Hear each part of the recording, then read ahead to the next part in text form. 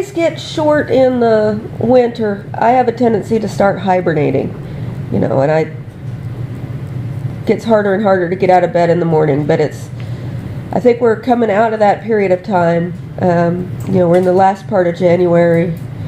It's been more than a month since the solstice, and I'm starting to get out of bed quite a bit earlier. And so I was listening to NPR over the radio, and because I like to get up in time to listen to at least an hour of morning edition. But and I heard the Indiana news that the CBD oil bill passed through committee in the state Senate, and now it's going to the full Senate. And I haven't tried CBD oil. I found that weed on the trail that has a cannabis smell and has 3 leaves instead of 5. It's not technically a hemp, but I believe it's a close relative. And it seems to be, any tincture that I have used any part of that plant in seems to be the most effective in relieving whatever is causing, seizures by whatever cause. And it is, and I've talked before about how the opioid epidemic is being exacerbated by, or basically being caused by people adding painful ingredients to the meth cook in order to increase the pain in the community and increase the number of people seeking pain relief. And then they're being directed to opioids of various kinds that, get their sources from Mexico and Afghanistan.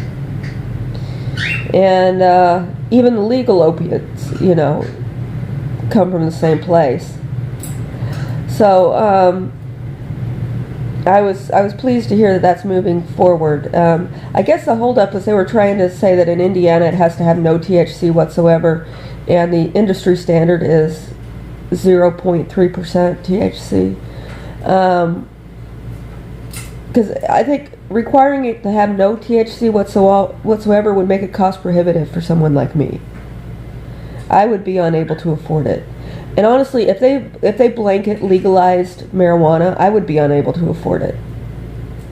So that, and it, like I said, I would, I don't know if I said this to Janice, but whenever the topic of marijuana legalization comes up, that if it was legal, I would smoke the leaves of hemp, because that has what I need in it to relieve my pain and other symptoms without, you get a little relaxed, but you don't really get very high, and it wears off in a minute or two.